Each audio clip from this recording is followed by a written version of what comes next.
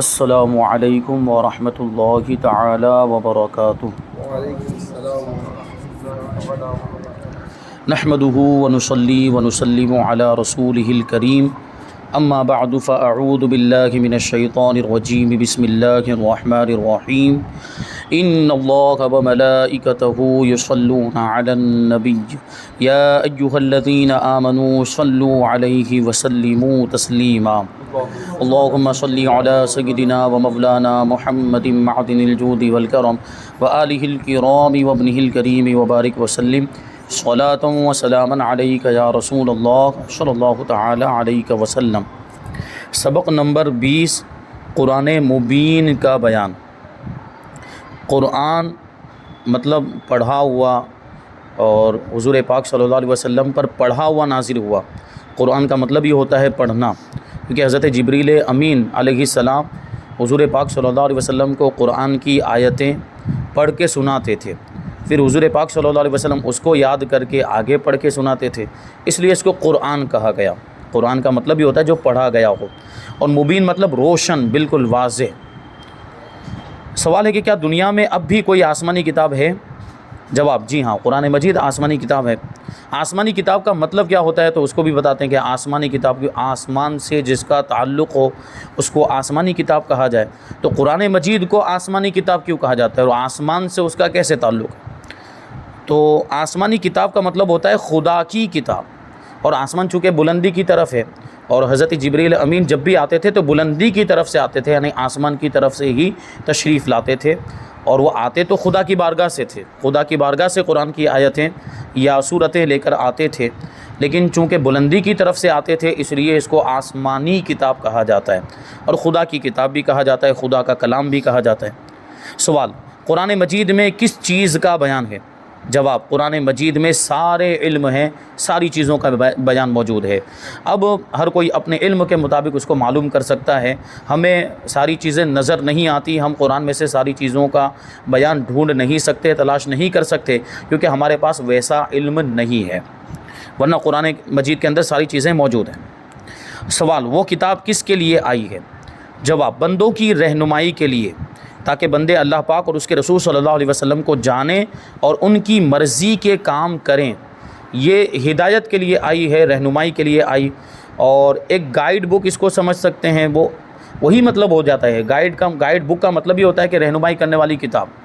تو اللہ تبارک و تعالیٰ نے نبی کو بھی بھیجا اور کتاب بھی عطا فرمائی، تاکہ نبی اس کتاب پر عمل کر کے لوگوں کو دکھائیں، اور نبی کی زندگی لوگوں کے لیے نمونہ عمل بن جائے۔ تو اس طرح جو ہے کہ یہ دونوں چیزیں ہمارے لیے ضروری ہو جاتی، قرآن بھی اور حدیث بھی، کیونکہ حضور کے عمل کو، حضور کے ارشادات کو، اور حضور کے سامنے صحابہ کرام نے جو عمل کیا اور حضور نے اس کو باقی رکھا، اسی کو تو حدیث کہا جاتا ہے۔ تو اس اعتبار سے یہ بن گئی شریعت، اور یہ دین کے بنیادی ماخذ قرآن اور حدیث۔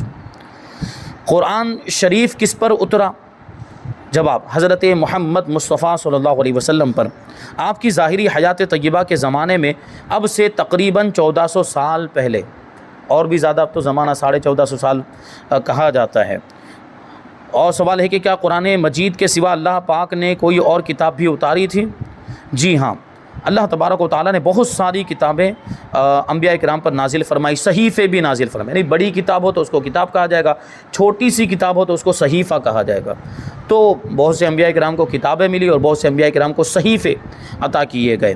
سب کتابوں کے نام تو معلوم نہیں، البتہ مشہور کتابیں یہ ہیں: توریت شریف، انجیل شریف اور زبور شریف، اور قرآن تو ہم جانتے ہی ہیں۔ فرماتے ہیں، سوال یہ کہ یہ کتابیں کن کن انبیاء کرام علیہم الصلوۃ والسلام پر نازل ہوئی؟ جواب، توریت حضرت موسیٰ علیہ السلام پر، زبور حضرت داؤد علیہ السلام پر، اور انجیل حضرت عیسیٰ علیہ السلام پر نازل ہوئی۔ آگے بہت اہم سوال ہے کہ کیا صحیح توریت، صحیح انجیل اور صحیح زبور آج کل کہیں ملتی ہے؟ یعنی جس طرح وہ نازل ہوئی تھی توریت، زبور اور انجیل، کیا اسی طریقے سے آج بالکل اسی حالت میں کہیں پر توریت، زبور اور انجیل پائی جاتی ہے؟ جواب، جی نہیں پائی جاتی، کیونکہ عیسائیوں اور یہودیوں نے ان کتابوں میں اپنی مرضی سے گھٹا بڑھا کر کچھ کا کچھ کر دیا۔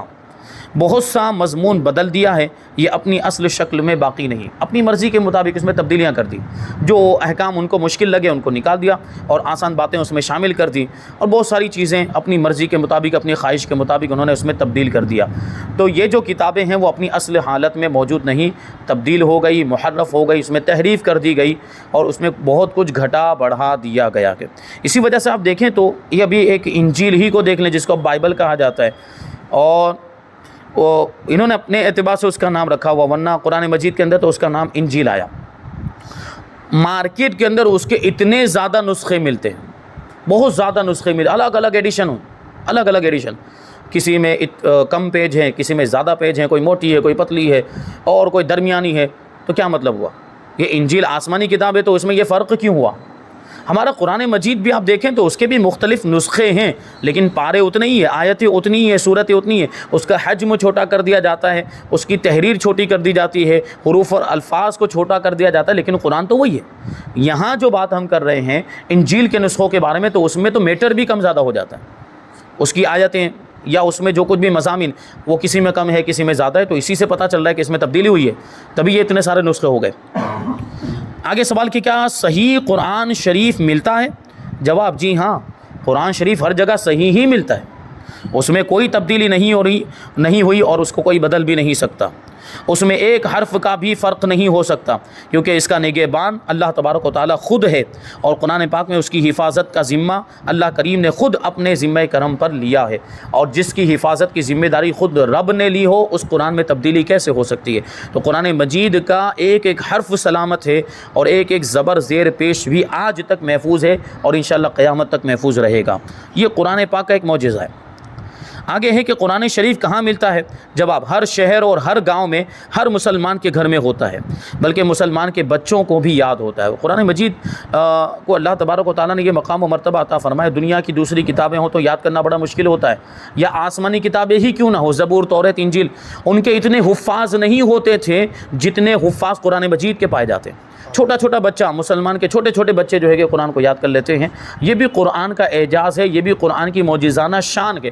رسول پاک صلی اللہ علیہ وسلم کی برکت سے، حضور پاک صلی اللہ علیہ وسلم کے صدقے میں اللہ تبارک و تعالیٰ نے قرآن یاد کرنے کو اتنا آسان فرما دیا کہ بچہ بچہ یاد کر لیتا ہے۔ سوال کہ تم نے کیسے جانا کہ وہ خدا کی کتاب ہے؟ یعنی قرآن مجید یہ اللہ کی کتاب ہے، ہمیں کیسے پتہ چلا؟ جواب جیسے خدا کی بنائی ہوئی چیزوں کی طرح کوئی چیز کسی سے نہیں بن سکتی، ایسے ہی قرآن شریف کی طرح کوئی کتاب کسی سے نہیں بن سکتی۔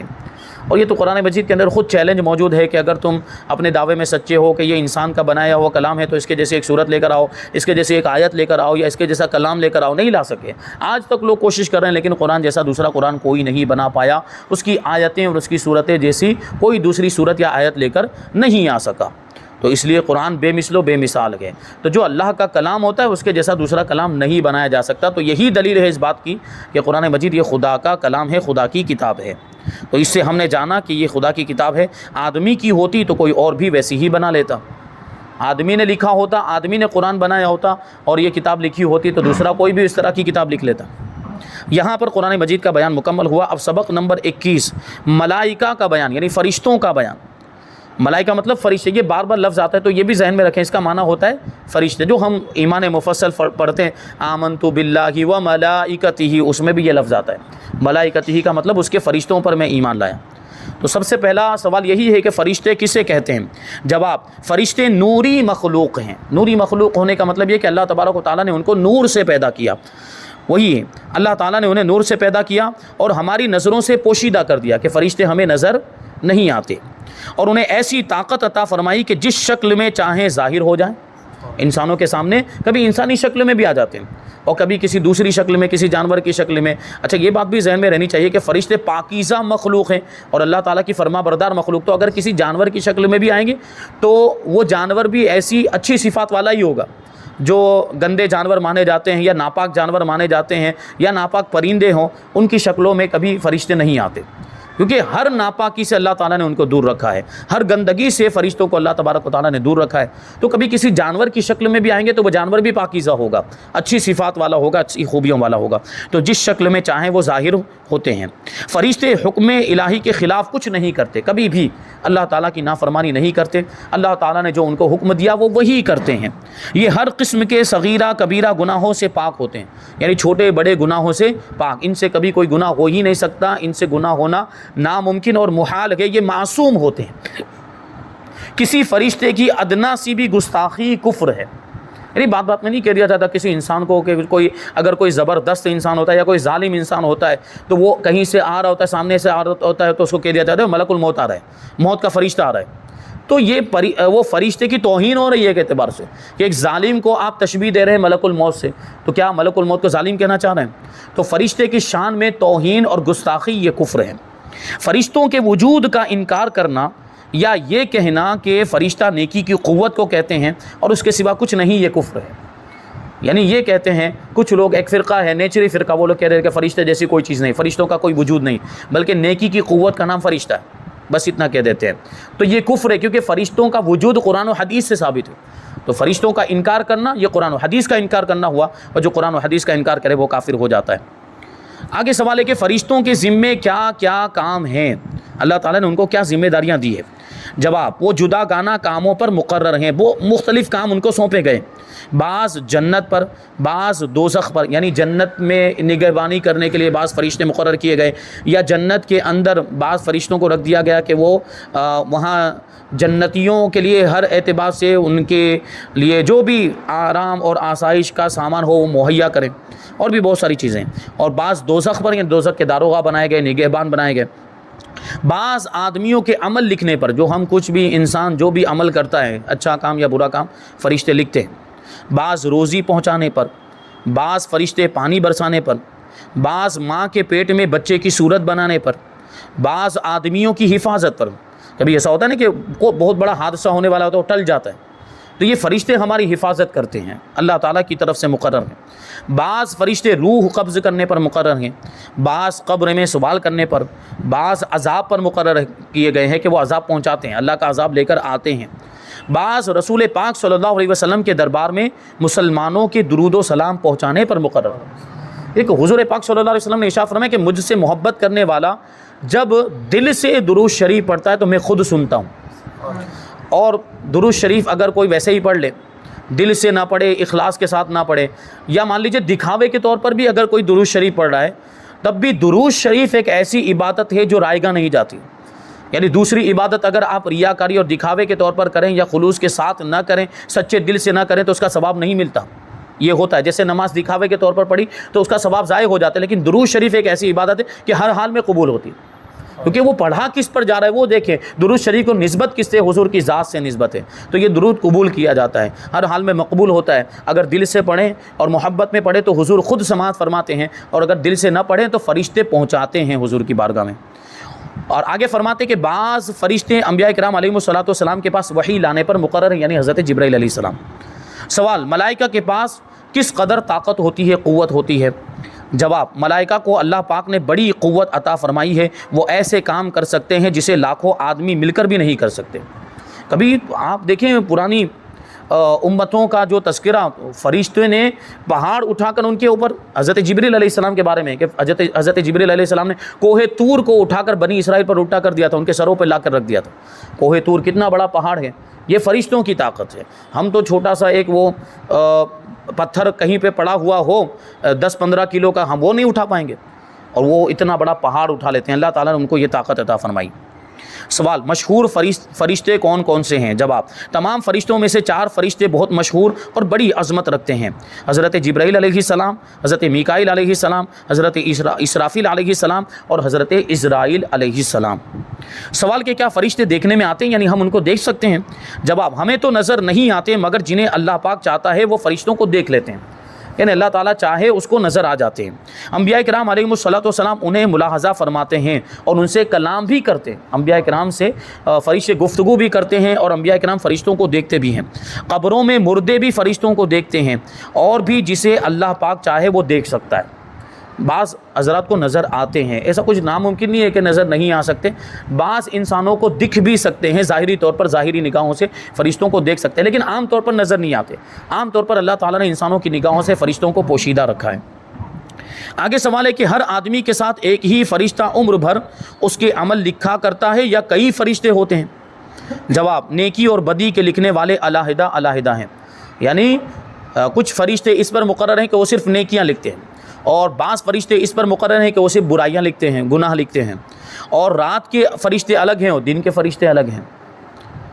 سوال، نامہ اعمال لکھنے والے فرشتوں کو کیا کہتے ہیں؟ نامہ اعمال یعنی وہ رجسٹر جس میں ہمارے اعمال لکھے جاتے ہیں، اچھے برے سب، تو ان فرشتوں کا نام ہے کرامن کاتبین۔ کرامن کا مطلب یہ ہوتا ہے عظمت والے، اور کاتبین مطلب لکھنے والے۔ سوال، کل کتنے فرشتے ہیں، یعنی فرشتوں کی تعداد کتنی ہے؟ جواب، بہت زیادہ ہے، فرشتوں کی تعداد بہت زیادہ، ہمیں ان کی تعداد معلوم ہی نہیں ہے کہ کتنی تعداد ہے، اور یہ سارے کے سارے فرشتے ہمیشہ ہر وقت اللہ تبارک و تعالیٰ کی فرما برداری میں لگے رہتے ہیں۔ ان کو جو بھی کام اللہ کی جانب سے سپرد کیا گیا اس کو کما حق وہ پورا کرتے ہیں، اس کا حق ادا کر دیتے ہیں، اس میں کوئی کمی اور کوتاہی نہیں کرتے۔ سبق نمبر 22، جنات کا بیان، کیونکہ فرشتوں کا بیان ہو گیا تو اب اس کے مقابلے میں جنات کا تذکرہ ہوتا ہے۔ جنات کون ہیں اور ان کو کس چیز سے پیدا کیا گیا؟ جواب، جنات ایک مخلوق ہے، اللہ پاک نے انہیں آگ کے شعلے سے پیدا فرمایا کہ چنانچہ پارہ نمبر 14 سورہ حجر آیت نمبر 27 میں اللہ تعالیٰ ارشاد فرماتا ہے کہ وَالْجَانَّ خَلَقْنَاهُ مِن قَبْلُ مِن نَارِ السَّمُومِ، اور جن کو اس سے پہلے بنایا بے دھوئیں کی آگ سے، یعنی اس سے پتہ چلا کہ جنات کو اللہ تعالیٰ نے آگ سے پیدا کیا۔ اور پارہ نمبر 27 سورہ رحمان آیت نمبر 15 میں اللہ تعالیٰ ارشاد فرماتا ہے کہ وَخَلَقَ الْجَانَّ مِن مَارِجٍ مِن نَار، کہ جن کو پیدا فرمایا آگ کی لوگ سے، یعنی وہ آگ کا جو شعلہ ہوتا ہے اس سے پیدا کیا۔ حضور نبی کریم صلی اللہ علیہ وسلم نے ارشاد فرمایا کہ فرشتوں کو نور سے، جنات کو آگ کے شعلے سے، اور آدم علیہ السلام کو مٹی سے پیدا کیا گیا ہے۔ ان میں نیک بھی ہیں، یعنی جنات میں نیک بھی ہیں اور بد بھی ہیں، یعنی جس طرح انسانوں میں نیک ہوتے ہیں، برے بھی ہوتے ہیں، گنہگار بھی ہوتے ہیں، نیکوکار متقی پرہیزگار بھی ہوتے ہیں، اور جس طرح انسانوں میں مومن اور کافر بھی ہوتے ہیں اسی طرح جنات میں مومن اور کافر بھی ہوتے ہیں، اچھے اور برے بھی ہوتے ہیں، نیک اور بد بھی ہوتے ہیں، اور یہ ایسے عجیب و غریب اور مشکل کام کرنے کی طاقت رکھتے ہیں جنہیں کرنا عام انسان کے بس کی بات نہیں، یعنی جنات کو انسانوں سے زیادہ طاقت دی گئی ہے، اور جنات کا بھی یہی معاملہ، فرشتوں کی طرح یہ بھی نگاہوں سے پوشیدہ رکھے گئے۔ جن کو جن کیوں کہتے ہیں، یہ بہت اہم سوال ہے، جن کو جن کہنے کی وجہ کیا ہے، سبب کیا ہے؟ تو فرماتے ہیں لغت میں جن کا معنی، ڈکشنری کے اعتبار سے جن کا معنی ہے ستر اور خفا، یعنی پوشیدگی، چھپا ہوا ہونا، اور جن کو اسی لیے جن کہتے ہیں کہ وہ عام لوگوں کی نگاہوں سے پوشیدہ ہوتا ہے، جنات۔ آگے ہے کہ جنات کے وجود کا انکار کرنا کیسا ہے؟ جواب، جنات کے وجود کا انکار کرنا یا بدی کی قوت کا نام جن یا شیطان رکھنا یہ کفر ہے، کیونکہ جنات کا وجود بھی قرآن و حدیث سے ثابت ہے، وہی بات جو فرشتوں کے اندر تھی کہ فرشتوں کا وجود جس طرح قرآن و حدیث سے ثابت ہے، جنات کا وجود بھی قرآن و حدیث سے ثابت ہے، تو جنات کا انکار کرنا قرآن و حدیث کا انکار کرنا ہے، جو قرآن و حدیث کا انکار کرے وہ کافر ہو جائے گا۔ آگے ہے کہ کیا جنات کا ثبوت قرآن کریم میں بھی ہے؟ جواب، جی ہاں، جنات کا ثبوت قرآن مجید میں بھی ہے، چنانچہ اللہ تبارک و تعالیٰ پارہ نمبر 19 سورہ نمل کی آیت نمبر 39 میں ارشاد فرماتا ہے، 39 میں، قال افریت من الجن انا آتیک بہ قبل ان تقوم من مقامک وانی علیہ لقوی امین، کہ ایک بڑا خبیث جن بولا کہ وہ تخت حضور میں حاضر کر دوں گا قبل اس کے کہ حضور اجلاس برخاست کریں، اور میں بے شک اس پر قوت والا امانت دار ہوں۔ حضرت سلیمان علیہ السلام کا واقعہ، حضرت سلیمان علیہ السلام کو ہدہد نے آ کر بتایا کہ ملک سبا کے اندر ایک عورت ہے جو حکومت کرتی ہے اور اس کی بڑی بادشاہت ہے، اس کا بہت بڑا تخت ہے، وغیرہ ساری باتیں اس نے بیان کی۔ تو حضرت سلیمان علیہ السلام نے اس کو خط لکھا اور اس کو بلایا، بلقیس کو، ملکہ بلقیس کو اپنی بارگاہ میں بلایا۔ اب وہ وہاں سے روانہ ہو گئی، ملک سبا وہاں سے بہت دور تھا۔ حضرت سلیمان علیہ السلام نے یہاں اپنی محفل میں یہ ارشاد فرمایا کہ کون ہے جو بلقیس کے ہمارے دربار میں پہنچنے سے پہلے اس کے تخت کو اٹھا کر یہاں پر لے آ جائے۔ تو ایک جن کھڑا ہوا، خبیث جن کھڑا ہوا، اور اس نے یہ بات کہی تھی، یہ اسی کو اس آیت کریمہ کے اندر بیان کیا۔ اس نے کیا کہا تھا کہ حضرت آپ کی مجلس برخاست ہونے سے پہلے میں اس کو یہاں پر لے کر آ جاؤں گا، یعنی آپ یہ مجلس ختم کریں گے، اس مجلس سے اٹھیں گے، اس سے پہلے وہ یہ تخت یہاں پر میں حاضر کر دوں گا۔ تو حضرت سلیمان علیہ السلام نے کہا نہیں، اس سے بھی جلدی چاہیے، یہ بھی ابھی تھوڑی تاخیر ہو، اس سے بھی جلدی چاہیے۔ تو حضرت آصف بن برخیہ وہ کھڑے ہوئے، حضرت سلیمان علیہ السلام کی امت کے ولی ہیں حضرت آصف بن برخیہ، اور انہوں نے کیا کہا حضرت سلیمان علیہ السلام کی بارگاہ میں کہ حضور آپ کی پلک جھپکنے سے پہلے میں اس کے تخت کو آپ کی بارگاہ میں لا کر حاضر کر دوں گا، اور دیکھتے ہی دیکھتے وہ آ کر وہاں پر انہوں نے حاضر کر بھی دیا۔ اب سوچنے جیسی بات ہے کہ حضرت سلیمان علیہ السلام کے امت کے ولی کو اللہ تعالیٰ نے یہ طاقت عطا فرمائی، تو ہمارے نبی کی امت کے اولیاء کرام کو کیسی طاقت ملی ہوگی کہ وہ دیکھیے پلک جھپکتے میں اتنی دور سے اتنا بڑا تخت، کتنا وہ کئی من کئی ٹن وزنی وہ تخت ہوگا، اس کو اٹھا کر لے کر آئے، پلک جھپکنے سے پہلے ان کو وہاں پر وہ تخت کو حاضر کر دیا۔ جب حضرت سلیمان علیہ السلام نے اس کو تخت کو اپنے سامنے دیکھا تو کیا کہا تھا؟ ھذا من فضل ربی، یہ میرے رب کا فضل ہے، یہ میرے رب کا احسان ہے۔ آگے سوال ہے کہ اللہ پاک نے انسانوں اور جنات میں سے پہلے کس کو پیدا فرمایا؟ جواب، جنات کو انسانوں سے پہلے پیدا فرمایا۔ حضرت سیدنا آدم علیہ السلام کی تخلیق سے 2000 سال پہلے زمین پر جنات رہتے تھے، یعنی 2000 سال پہلے ہی سے وہ پیدا ہو چکے تھے۔ سوال، جنات کتنی تعداد میں ہیں؟ جواب، انسانوں کے مقابلے میں جنات کی تعداد 9 گنا ہے، 9 گنا، یعنی انسان اگر 10 ہیں تو وہ 90 ہیں۔ آگے کہ برے جنات کو کیا کہا جاتا ہے؟ جواب، برے جنات کو شیاطین کہا جاتا ہے۔ سوال، جنات سے حفاظت کے لیے قرآن پاک کی کن صورتوں اور آیتوں کی تلاوت کرنی چاہیے؟ فرماتے ہیں وہ آیتیں وہ صورتیں یہ ہیں: آیت الکرسی، یاسین شریف، سورہ مؤمنون کی آخری آیتیں، سورہ مؤمن کی ابتدائی آیت، سورہ بقرہ، سورہ آل عمران، سورۃ الاعراف، سورہ حشر کی آخری آیتیں، سورہ اخلاص یعنی قل هو اللہ احد، سورہ فلق اور سورہ ناس۔ یہ صورتیں پڑھتے رہنا چاہیے جنات سے حفاظت کے لیے، کیونکہ جو ان میں شریر جنات ہوتے ہیں وہ انسانوں کو نقصان پہنچانے کی کوشش کرتے ہیں۔ سوال، کیا انسانوں کی طرح جنات پر بھی شرعی احکام لاگو ہوتے ہیں، یعنی ان کو بھی شریعت پر عمل کرنا پڑتا ہے، نمازیں وغیرہ پڑھنی پڑتی ہیں؟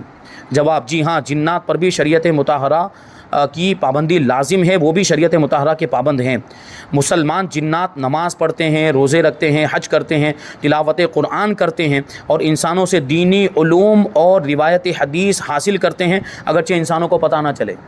ہو سکتا ہے ہماری اس مجلس کے اندر بھی کوئی بیٹھا ہوا ہو اور دین کا علم حاصل کر رہا ہو۔ بزرگوں کے بارے میں سنا گیا کہ بعض بزرگ ایسے گزرے جو جنات کو پڑھایا کرتے تھے، اور حضور پاک صلی اللہ علیہ وسلم کی بارگاہ میں تو حاضر ہوتے ہی تھے، حدیثیں سنتے تھے باقاعدہ حضور پاک صلی اللہ علیہ وسلم سے۔ اور وہ لیلۃ الجن کا واقعہ بھی بڑا مشہور ہے سورہ جن کے اندر، جس کو بیان کیا گیا کہ جنات حضور کی بارگاہ میں حاضر ہوئے تھے، اور حضور پاک صلی اللہ علیہ وسلم قرآن مجید کی تلاوت کر رہے تھے، تو انہوں نے قرآن کی تلاوت کو سنا تو ان کی دل کی کیفیت تبدیل ہوئی، پھر مسلمان ہو گئے، اپنے علاقے میں جا کر اپنی قوم کو مسلمان کیا، ان کو بھی لے کر آئے۔ یہ جنات اس طرح دیکھے۔ اور حضور پاک صلی اللہ علیہ وسلم جب مدینہ منورہ تشریف لائے تو مدینہ منورہ کے جنات بھی حضور پاک صلی اللہ علیہ وسلم کے قدموں کی برکت سے مدینے کے سارے جنات مسلمان ہو گئے تھے۔ ابھی ایک اور بات آگے آپ پڑھیں گے کہ ہر انسان کے ساتھ ایک جنات ہوتا ہے جس کو ہمزاد کہا جاتا ہے، بڑا خبیث ہوتا ہے، وہ کبھی بھی کسی کے تابع نہیں ہو سکتا، وہ ایسا جنات ہوتا ہے۔ لیکن حضور پاک صلی اللہ علیہ وسلم کا ہمزاد بھی مسلمان ہو گیا تھا، کہ حضور کی برکت، وہ خاتم الانبیاء ہیں، امام الانبیاء ہیں، تو حضور کی برکت سے، ان کی صحبت میں رہنے کی وجہ سے ان کا ہمزاد بھی مسلمان ہو گیا تھا۔ یہ حضور کی شان، تو ان پر بھی شریعت کے احکام لاگو ہوتے ہیں۔ آگے سوال ہے کہ کیا جنات نے بھی رسول اللہ صلی اللہ علیہ وسلم کی ولادت کی خوشی منائی تھی، میلاد النبی منایا تھا؟ جواب، جی ہاں، جب حضور نبی کریم صلی اللہ علیہ وسلم کی ولادتی باسعادت ہوئی تو جبل ابو قبیس اور حجون کے پہاڑ پر جن نے قسم کھا کر یہ ندا کی تھی، یعنی یہ اعلان کیا تھا کہ انسانوں میں سے کسی عورت نے ایسا بچہ نہیں جنا جیسا فخر و صفات والا بچہ حضرت آمنہ رضی اللہ تعالی عنہا نے جنا ہے۔ یہ حضور کی ولادت کا ذکر ہے، اور حضور کی ولادت پر یہ اعلان کیا، خوشی کے طور پر، خوشی کے اظہار کے طور پر جنات نے یہ بات کہی تھی، تو جنات نے بھی میلاد منایا ہے۔ تو جو انسان میلاد نہ منائے تو اس کا مطلب وہ جنات سے بھی بدتر ہے۔ انسانوں میں کچھ ہیں جو حضور کے میلاد پر اعتراض کرتے ہیں، اور جب حضور کی ولادت کا دن آتا ہے تو ان کے منہ بگڑ جاتے ہیں، چہرے کا جغرافیہ بگڑ جاتا ہے۔ تو یہ اس سے پتہ چلتا ہے کہ ان کے دل میں کہیں نہ کہیں حضور پاک صلی اللہ علیہ وسلم کا بغض ہے، محبت ہوتی تو خوشی کا اظہار کرتے۔ آگے سوال کہ مدینہ منورہ میں رسول اللہ صلی اللہ علیہ وسلم کی تشریف آوری کی خبر سب سے پہلے کس نے دی تھی؟ جواب، یہ خبر مدینہ منورہ میں سب سے پہلے ایک جن نے دی تھی، ایک جن نے ہی سب کو بتایا تھا کہ حضور تشریف لانے والے ہیں۔ سوال، وہ کون سی مسجد ہے جس کی تعمیر جنات سے کروائی گئی؟ وہ بیت المقدس، یہ مسجد اقصی جس کو کہا جاتا ہے، حضرت سلیمان علیہ السلام کے زمانے میں اس کو تعمیر کیا، جنات نے تعمیر کیا تھا، حضرت سلیمان علیہ السلام نے اس کو تعمیر کرنے کا حکم دیا تھا۔ آگے سوال ہے کہ اللہ پاک نے جنات کو کس دن پیدا فرمایا؟ جواب جمعرات کے دن۔ آگے سوال ہے کہ جنات کی کتنی قسمیں ہیں؟ جواب حدیث پاک میں ہے کہ جنات کی 3 قسمیں ہیں۔ ایک وہ جن کے پر ہوتے ہیں اور وہ ہوا میں اڑتے ہیں، دوسرے وہ جو سانپ اور کتے کی شکل میں ہوتے ہیں، اور تیسرے وہ جو سفر کرتے ہیں اور قیام کرتے ہیں، یعنی کہیں پر بھی ٹھہر جاتے ہیں، کہیں پہ بھی سفر کر کے چلے جاتے ہیں۔ تو یہ 3 قسم کے جنات ہوتے ہیں۔ سوال، انسانوں کے ساتھ رہنے والے جن کو کیا کہتے ہیں؟ انسانوں کے ساتھ رہنے والے جن کو عامر کہتے ہیں۔ جنات کیا کھاتے ہیں؟ جنات کی خوراک ہڈی اور گوبر کے۔ حدیث شریف میں ہے کہ جنات ہڈی پر گوشت اور گوبر میں دانے پاتے ہیں۔ کیا مطلب ہوا؟ کہ اگر ہم جو ہڈیاں گوشت کھانے کے بعد پھینک دیتے ہیں، وہ بعد میں جنات کھاتے ہیں، وہ ان کی خوراک ہے۔ تو وہ ہڈی کیسے کھاتے ہیں؟ تو اس کا جواب یہ دیا گیا ہے، حدیث میں بھی آیا ہے کہ ہم نے تو گوشت کھا کر پھینک دیا، لیکن جب وہ ہڈی جنات اٹھاتے ہیں تو اس پر وہی اتنا ہی گوشت آ جاتا ہے جو پہلے تھا، پھر وہ گوشت وہ لوگ کھاتے ہیں۔ وہ اللہ کی قدرت ہے۔ اور گوبر کے اندر دانے آ جاتے ہیں، یعنی جو دانے، وہ جانور نے تو دانے کھائے ہوں گے، اناج کھایا ہوگا، دال کھائی ہوگی یا جو بھی کھایا ہوگا، تو جانور نے جو کھایا، جو دانے اس نے کھائے تھے وہ گوبر کے اندر پیدا ہو جاتے ہیں، یعنی وہ گوبر دانے میں تبدیل ہو جاتا ہے، پھر جنات اس کو کھاتے ہیں۔ اسی وجہ سے حدیث شریف میں یہ بھی آیا ہے کہ ہڈی سے اور گوبر سے استنجا نہیں کرنا چاہیے، یعنی حاجت سے فارغ ہونے کے بعد پاکی حاصل نہیں کرنی چاہیے۔ ڈھیلے سے پاکی حاصل کرنے کا حکم ہے، ہڈی سے پاکی حاصل نہیں کر سکتے کیونکہ وہ جنات کا توشہ ہے، جنات کی خوراک ہے۔ اور گوبر سے ممانعت کی ایک وجہ یہ بھی ہو سکتی ہے کہ اس سے اگر آپ استنجا کریں گے تو گندگی اور پھیلے گی، کیونکہ گوبر خود ناپاکی ہے، تو اس وجہ سے بھی منع ہے۔ آگے سوال ہے کہ جنات نماز کہاں پڑھتے ہیں؟ جواب حدیث پاک میں ہے کہ تم لوگ زمین کے ہموار اور چٹیل حصوں پر قضائے حاجت نہ کرو، یعنی بالکل سیدھا ہموار میدان ہو، بالکل چٹیل میدان ہو تو وہاں پر استنجا نہیں کرنا چاہیے، وہاں پر گندگی نہیں کرنی چاہیے، کیونکہ یہ جنات کے نماز پڑھنے کی جگہ ہے، وہ ایسی جگہ پر نماز پڑھتے ہیں۔ اور بعض اوقات مسجدوں میں بھی آتے ہیں، مسجدوں میں بھی نماز پڑھنے کے لیے آتے ہیں۔ جنات کو اگر کوئی مناسب جگہ نہیں ملتی، کیونکہ اب تو آبادیاں اتنی زیادہ ہو گئی، انسانوں کی آبادی اتنی کہ بستی شہر اتنے سارے آباد، جنگل کم ہوتے جا رہے ہیں، تو جنات اب بستیوں میں آ رہے ہیں، اور بستیوں میں، مسجدوں میں، اور اس طرح کے جو زیادہ معاملات پیش آ رہے ہیں، اس کی ایک وجہ یہ بھی ہے کہ انسانوں کی بھی آبادی بڑھتی جا رہی ہے، ان کی آبادی تو ہمارے مقابلے میں اور زیادہ ہے، تو ان کو کبھی اس طرح کی کوئی پریشانی ہوتی ہے، ان کی راہ میں کوئی رکاوٹ بنتا ہے تو پھر وہ تکلیف بھی پہنچاتے ہیں، تو یہ چیز ہے۔ آگے سوال ہے کہ ہمزاد کون ہوتا ہے؟ جواب ہمزاد شیاطین کی ایک قسم ہے، یہ ہر وقت آدمی کے ساتھ رہتا ہے اور مطلقاً کافر ملعون ابدی ہے، یعنی خبیث ہے۔ جو انسان کے ساتھ جو ہمزاد ہوتا ہے وہ کافر ہے، ملعون ہے، لعنتی ہے، اور ہمیشہ وہ اسی کیفیت میں رہے گا، سوائے حضور نبی رحمت صلی اللہ علیہ وسلم کے ہمزاد کے، کیونکہ وہ صحبت اقدس کی برکت سے مسلمان ہو گیا تھا۔ آخری سوال ہے کہ جنات میں سب سے زیادہ خطرناک جن کون سا ہے؟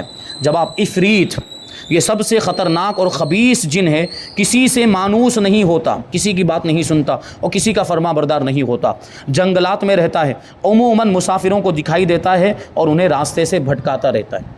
تو یہ جنات کا بیان یہاں پر مکمل ہوا۔ اب انشاءاللہ تبارک و تعالیٰ سبق نمبر 23 تقدیر کا بیان، اس کو ہم آئندہ درس میں شامل کریں گے۔ اللہ تبارک و تعالیٰ کی بارگاہ میں دعا ہے کہ جو کچھ بھی بیان ہوا اس پر ہم سب کو عمل کرنے کی توفیق عطا فرمائے۔ وما علینا الا البلاغ۔ السلام علیکم۔